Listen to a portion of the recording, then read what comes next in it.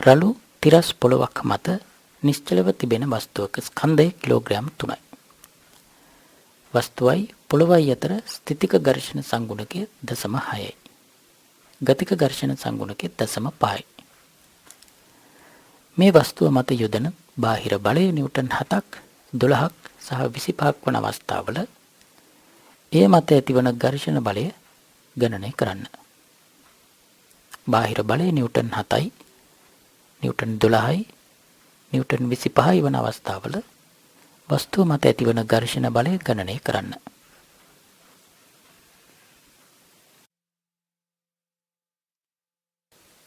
M ස්කන්ධයේ නිදහස් බල සටහන මේ විදිහයි. බර mg, අභිලම්බ ප්‍රතික්‍රියාව R, බාහිර බලය capital F, ඝර්ෂණ බලය වස්තුව ලිස්සන්නට පෙළඹෙන දිශාවට විරුද්ධ දිශාවට FR. සීමාකාරී ඝර්ෂණ බලය සමානයි μs වැඩි කිරීම R, සිරස් සමතුලිතතාවයෙන් R සමානයි mg,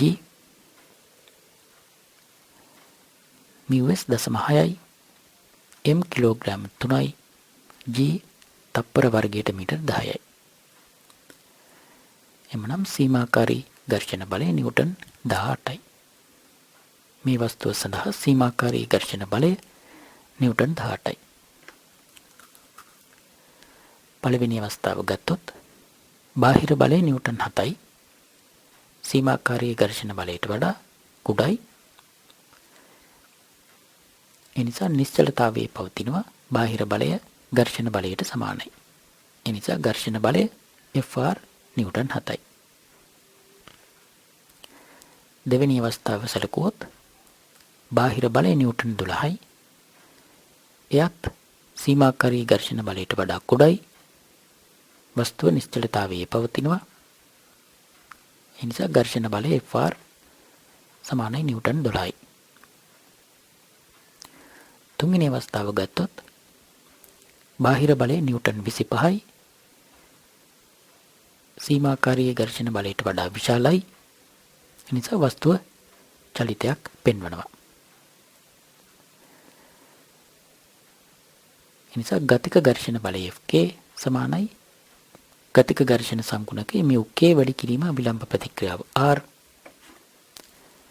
සිරස් සමතුලිතතාවයෙන් R සමානයි mg,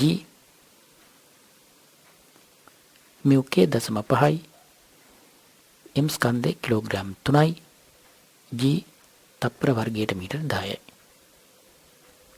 ඒ නිසා මේ අවස්ථාවේ ඇතිවන ඝර්ෂණ බලය Fk ගතික ඝර්ෂණ බලය නිව්ටන් 15යි.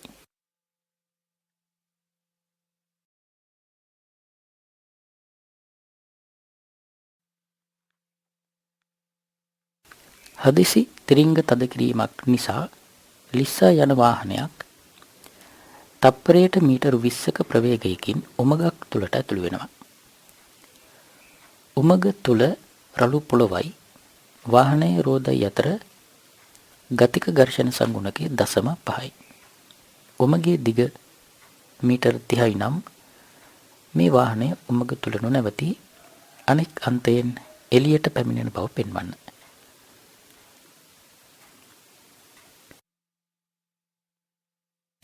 වාහනය ලිස්සා යන ත්වරණය සිම්පල් A බව සලකමු. නිදහස් බල සටහන ලිස්සා යන අවස්ථාව. වස්තුවේ බර mg, අභිලම්බ ප්‍රතික්‍රියාව R, ගතික ඝර්ෂණ බලය Fk. වස්තුව ලිස්සන දිශාවට ප්‍රතිවිරුද්ධ දිශාවට.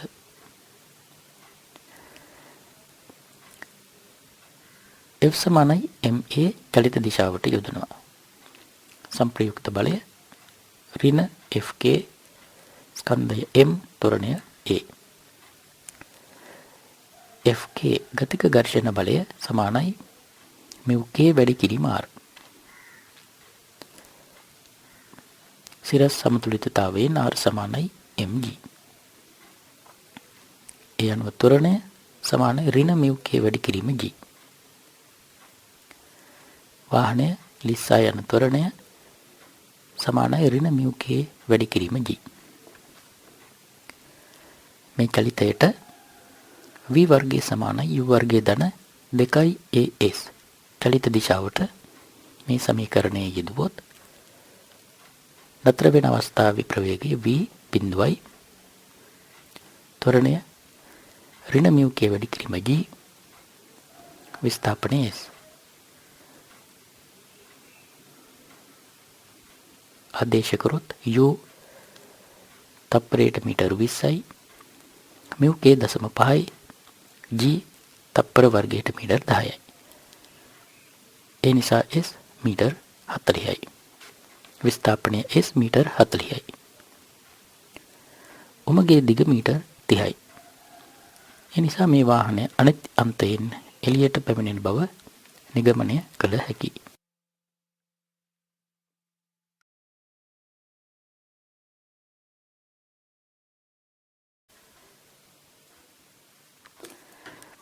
කැපිටල් F කියන බාහිර තිරස් බලයෙන් M ස්කන්ධය රළු බිත්තියකට තද කර නොවැටි තබා ගැනීම සිදු කරනවා.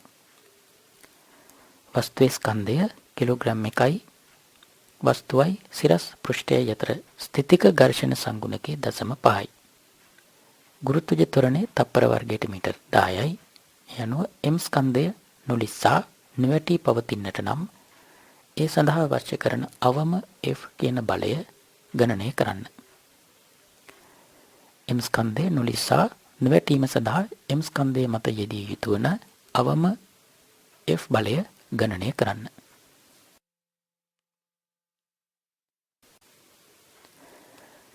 M වල නිදහස් බලසටහන මේ විදිහයි.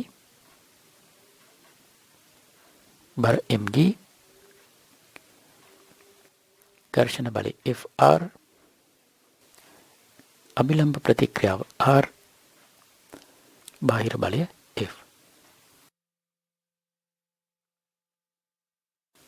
සිරස් සමතුලිතතාවයෙන් Fr සමානයි mg ඝර්ෂණ බලය Fr සීමාකාරී ඝර්ෂණ බලයට වඩා කුඩායි නැත්නම් මීට සමානයි Fr කියන්නේ mg සීමාකාරී ඝර්ෂණ බලය μs වැඩි කිරීම R තිරස් සමතුලිතතාවයෙන් R සමානයි F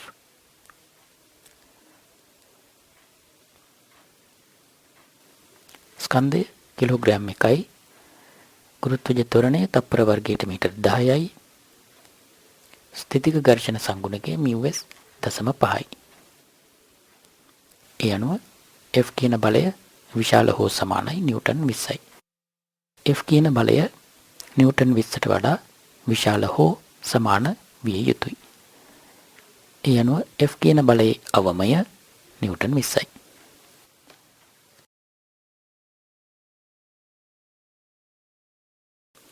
බාහිර F කියන බලය නිසා මේ පද්ධතිය ත්වරණය වෙනවා. මෙහිදී කුඩා සිම්පල් M ස්කන්ධය විශාල ස්කන්ධයේ රළු පෘෂ්ඨයට තෙරපීම නිසා නොලිස්සා නොවැටි පවතිනවා. මේ සඳහා කැපිටල් M මත යෙදිය යුතු වන අවම F බලය ගණනය කරන්න. සිම්පල් M ස්කන්ධය නොලිස්සා නොවැටි පැවතීමට අවශ්‍ය අවම F බලය ගණනය කරන්න. රළු පෘෂ්ඨයයි M ස්කන්ධයයි අතර ස්ථිතික ඝර්ෂණ සංගුණකය 0.6යි. ගුරුත්වජ ත්වරණය තප්පර වර්ගයට මීටර 10යි.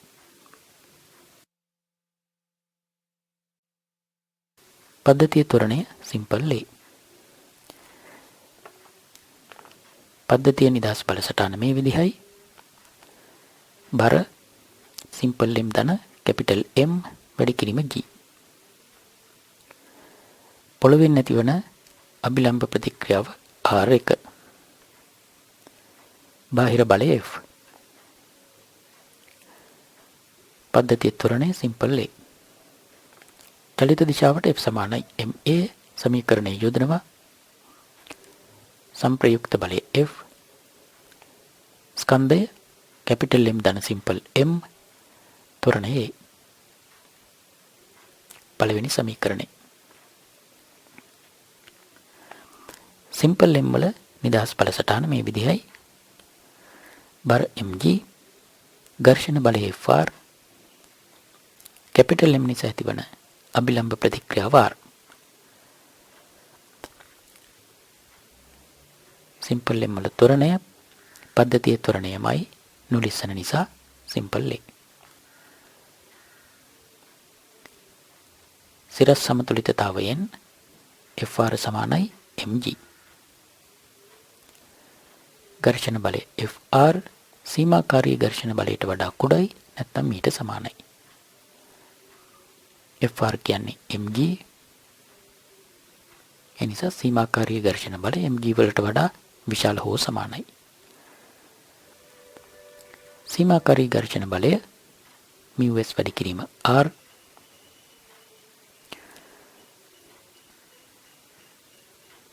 F සමානයි ma චලිත දිශාවට යෙදීමෙන් සංප්‍රයුක්ත බලය R සමානයි ස්කන්ධය m ත්වරණය a. මේ වස්තුව ත්වරණය වෙන්නේ R කියන බලයෙන්. ආදේශයෙන් සිම්පල් A විශාල හෝ සමානයි g බෙදීම μs. ත්වරණය A පළවෙනි සමීකරණයෙන් ලබාගත්ත F බෙදීම m ධන m කැපිටල් M ධන සිම්පල් M.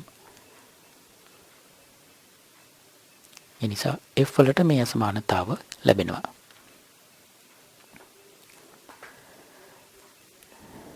ගුරුත්වජ ත්වරණය g තප්පර වර්ගයට මීටර් 10යි. කැපිටල් M කිලෝග්‍රෑම් 25යි. Simple M kilogram 5යි.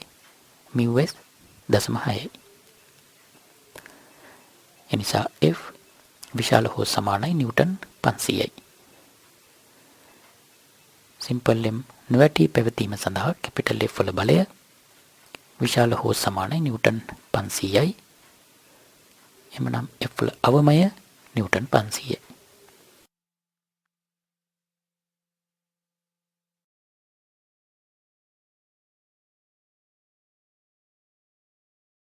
Capital F කියන බලය නිසා සුමට පෘෂ්ඨයක් මත තිබෙන මේ පද්ධතිය ත්වරණය වෙනවා.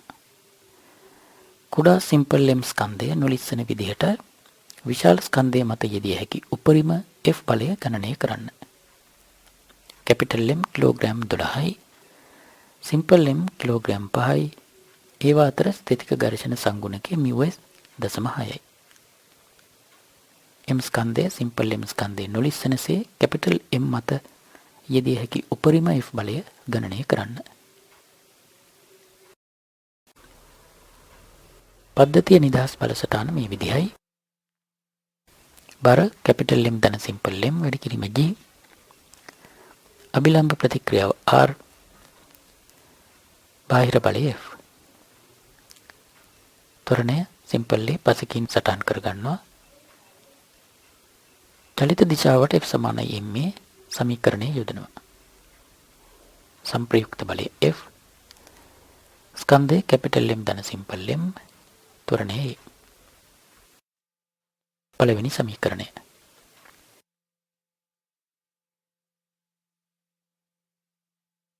සිම්පල් M වල නිදහස් බලසටහන මේ විදිහයි.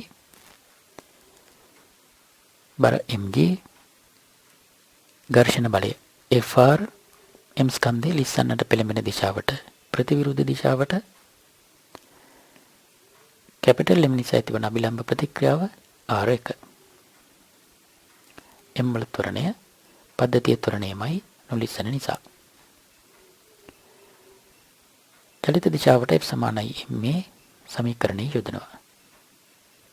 සංප්‍රයුක්ත බලය Fr ස්කන්ධය M ත්වරණය A.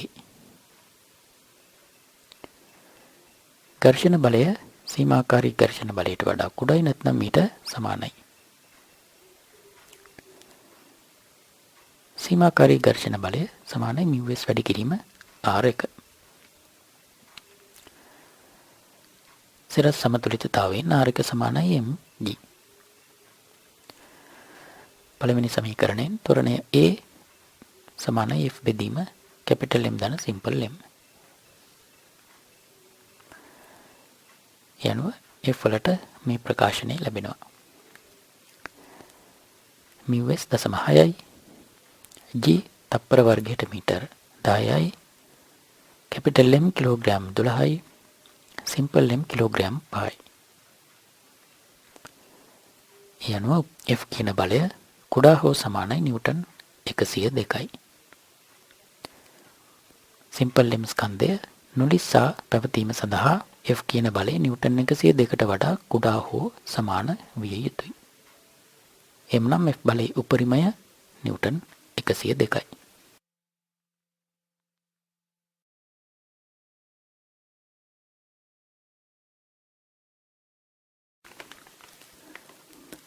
රූපයේ දැක්වෙන ආකාරයට m ස්කන්ධය සිම්පල් m ස්කන්ධය නොලිස්සන විදිහට පෘෂ්ඨයේ ආනතිය ක්‍රමයෙන් වැඩි කරනවා.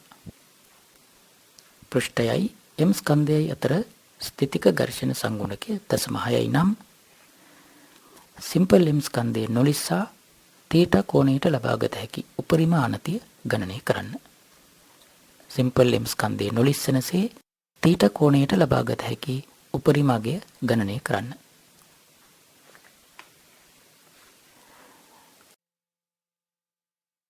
සිම්පල් m ස්කන්ධයේ නිදාස් බල සටහන මේ විදිහට වෙනවා. බර mg ආනත තලයේ නැතිවන අභිලම්බ ප්‍රතික්‍රියාව r ඝර්ෂණ බලය වස්තුව ලිස්සන්නට පෙළඹෙන දිශාවට විරුද්ධ දිශාවට Fr x අක්ෂය ආනත තලයේ දිගේ y අක්ෂය ඊට ලම්බකව x අක්ෂය ඔස්සේ සංප්‍රයුක්ත බලයේ බිඳුවයි Fr සමානයි mg වල සංරචකය ආනත තලයේ ඔස්සේ සංරචකය mg sin θ. ඝර්ෂණ බලය Fr සීමාකාරී ඝර්ෂණ බලයට වඩා කුඩයි නැත්නම් ඊට සමානයි.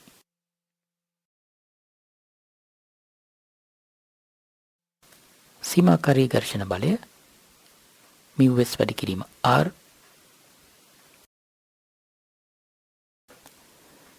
y දිශාවට සමතුලිතතාවෙන් r සමානයි mg cos θ.